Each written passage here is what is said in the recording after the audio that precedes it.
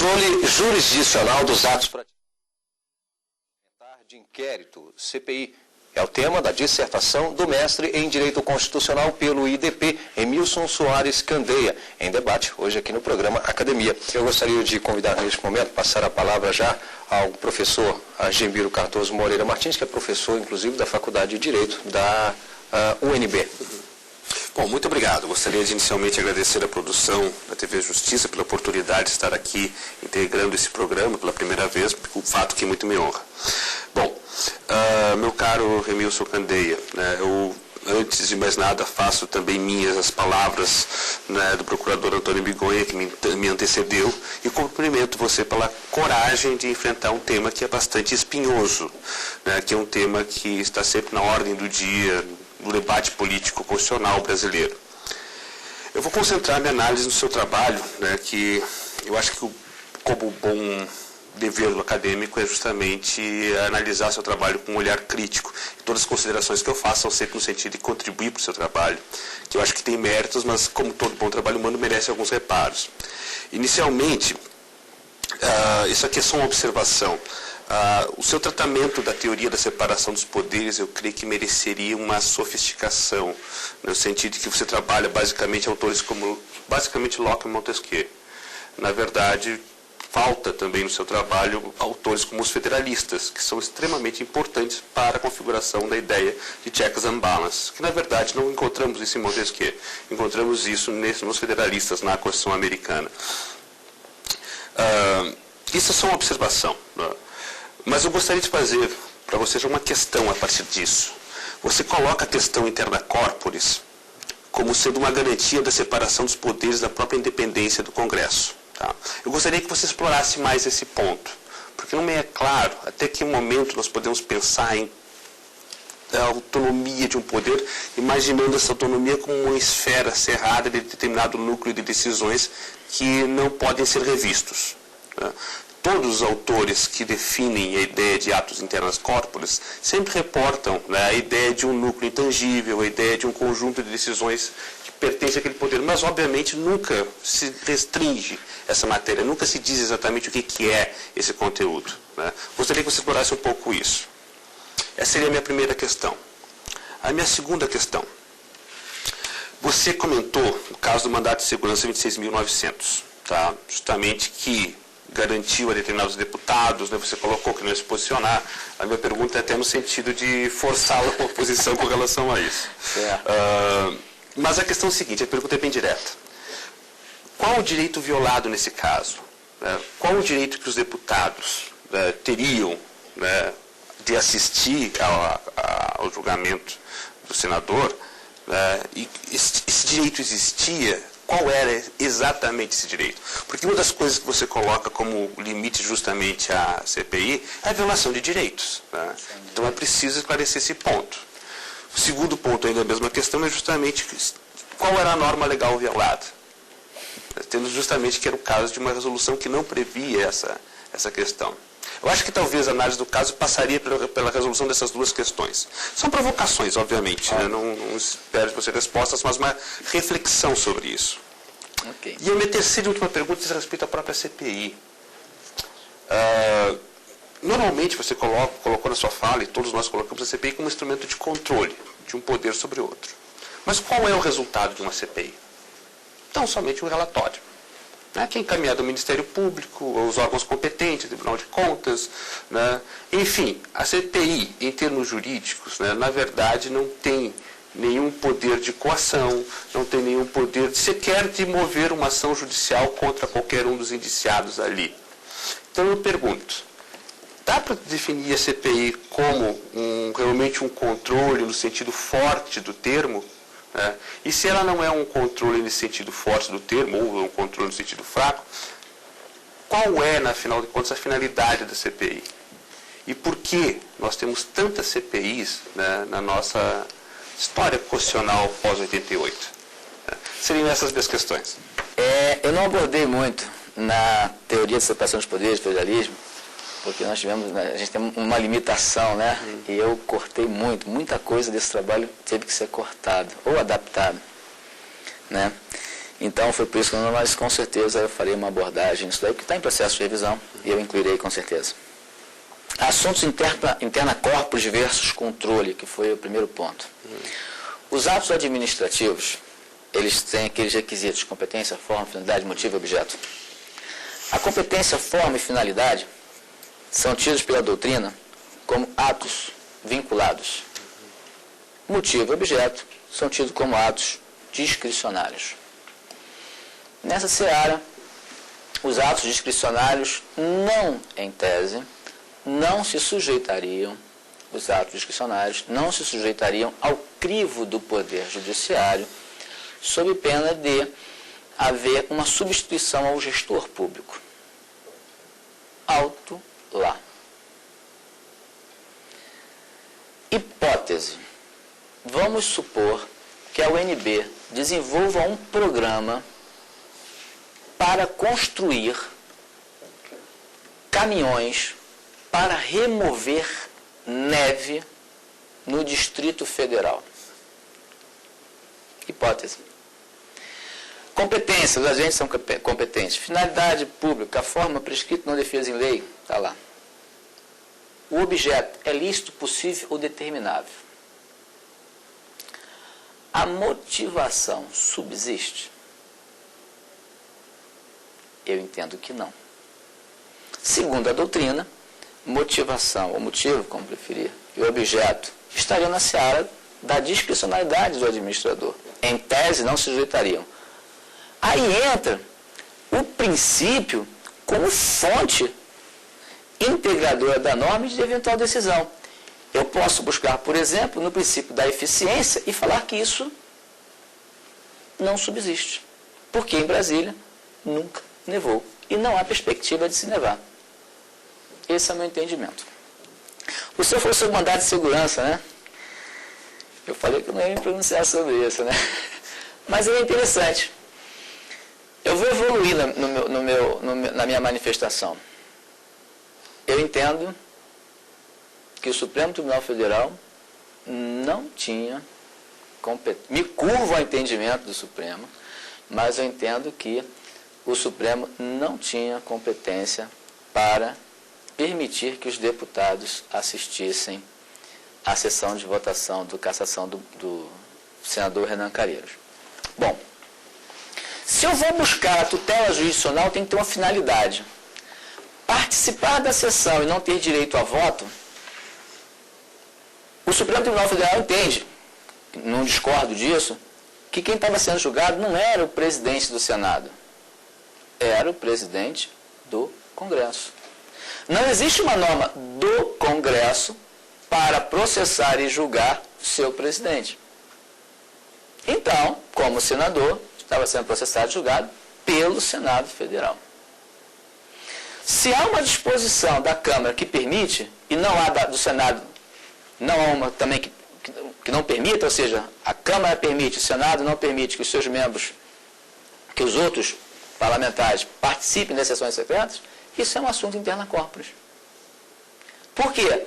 No artigo 51, no artigo 52 da Constituição, há as competências das casas do parlamento. Dispor sobre sua organização, funcionamento.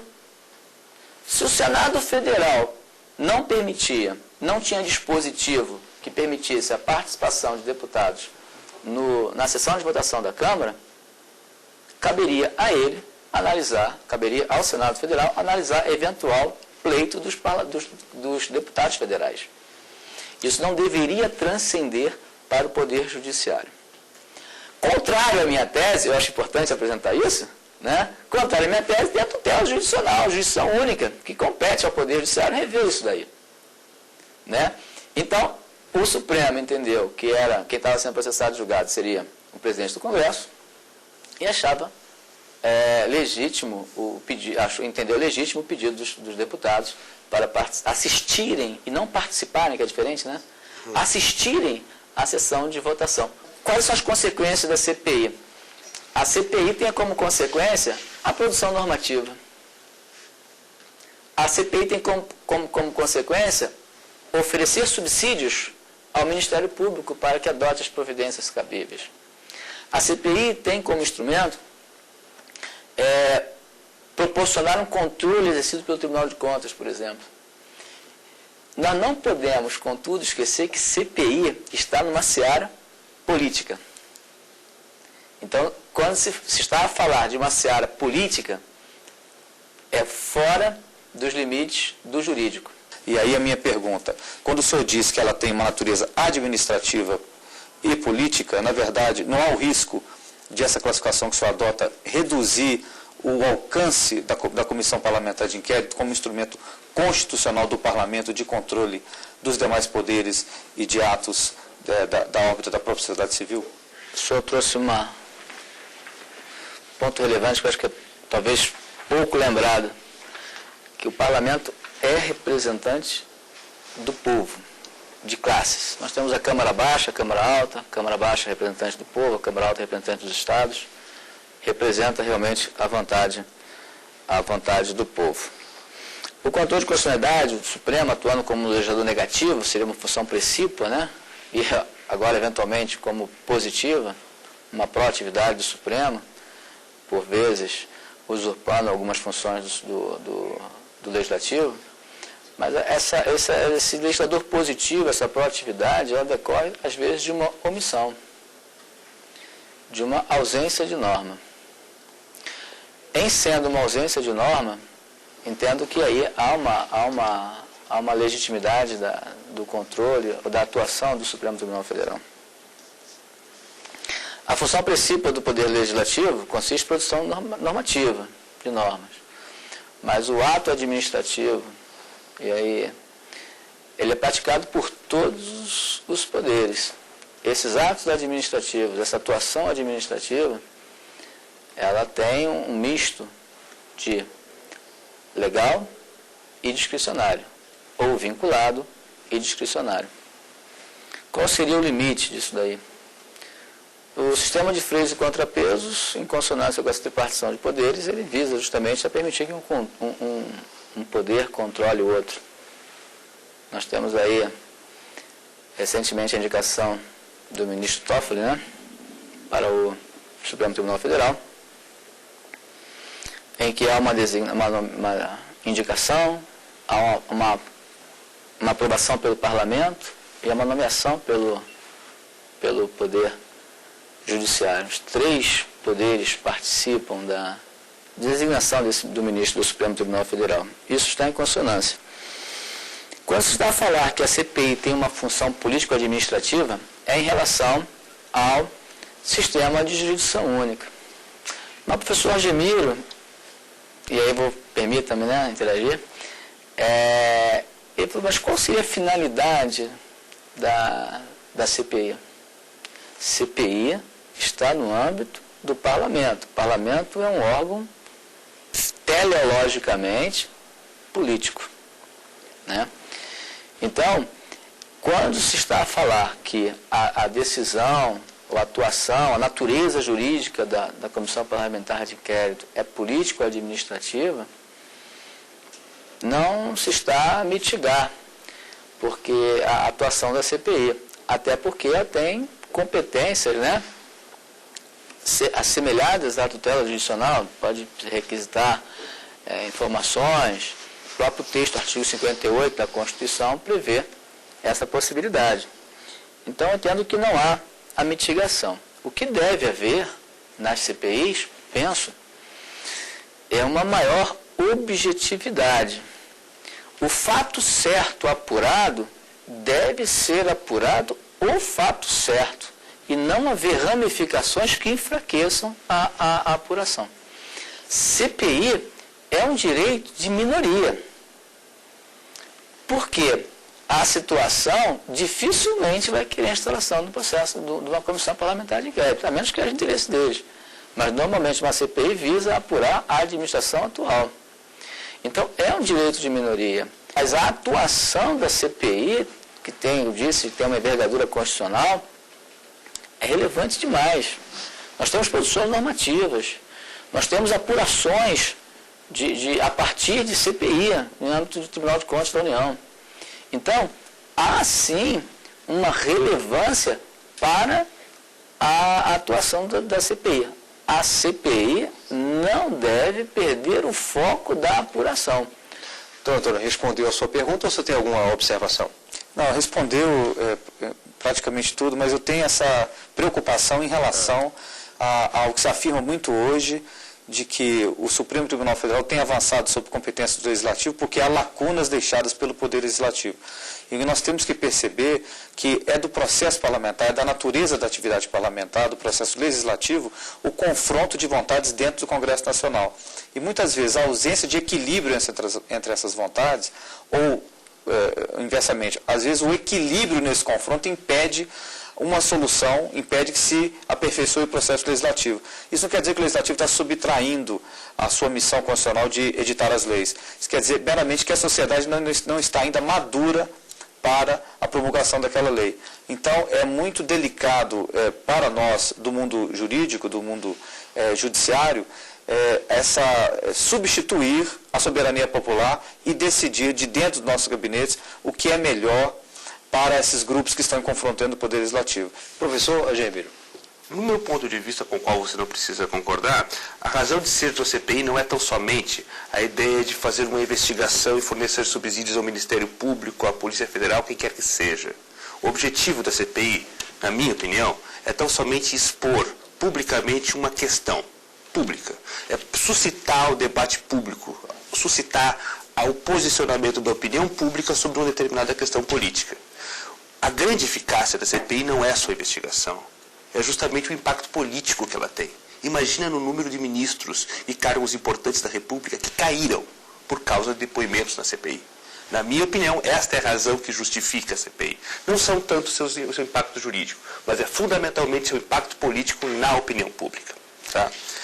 E a pergunta que eu havia lhe feito sobre a questão do mandado de segurança 26.900, né, que eu achei interessante, realmente, eu também concordo com você, não há um direito a ser tutelado naquele caso.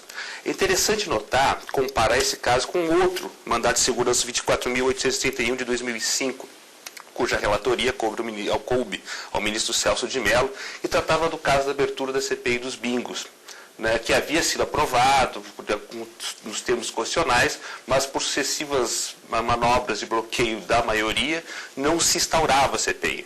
Naquele caso, sim, como é claro no voto, entendo que existe um direito da minoria a um devido processo legislativo, regular nos termos constitucionais. Então, acho que é interessante comparar isso, você poderia fazer bem no seu trabalho, comparar o caso do mandado de segurança 26.900 com o 24.831, mostrando justamente essas duas questões. Que num caso nós temos um direito violado e no outro isso não é tão, não é expresso. Né? Seria apenas essas minhas observações. É mesmo. Professor Emílio, perfeito o seu entendimento. Eu não discordo, eu concordo com o senhor, de que essa exposição é uma forma de controle, é uma forma de despertar a sociedade para algo de irregular, algo relevante que ocorre no país. Isso eu não discordo do senhor, pelo contrário, concordo sim. Essa exposição. E a partir daí, haver um controle, haver uma apuração, né? E não posso deixar de considerar que a partir daí surgiram outros controles também e que culminaram no aperfeiçoamento da administração pública. A partir dessa exposição, e aí entra a política, né? É uma opção política da CPI, como eu entendo a natureza jurídica, político-administrativa da CPI, né? De expor uma situação problemática na sociedade, de relevante repercussão no âmbito social e econômico, né? Para permitir um aperfeiçoamento da máquina administrativa. Eu acredito numa administração honesta, séria, determinada, e nós estamos passando por uma evolução na nossa administração. Eu agradeço a participação de todos e reitero aqui o convite a você, acadêmico. Traga o seu trabalho para ser debatido aqui no programa Academia. Para isso é fácil, para participar basta enviar um currículo com o título do seu trabalho para o e-mail academia@stf.jus.br.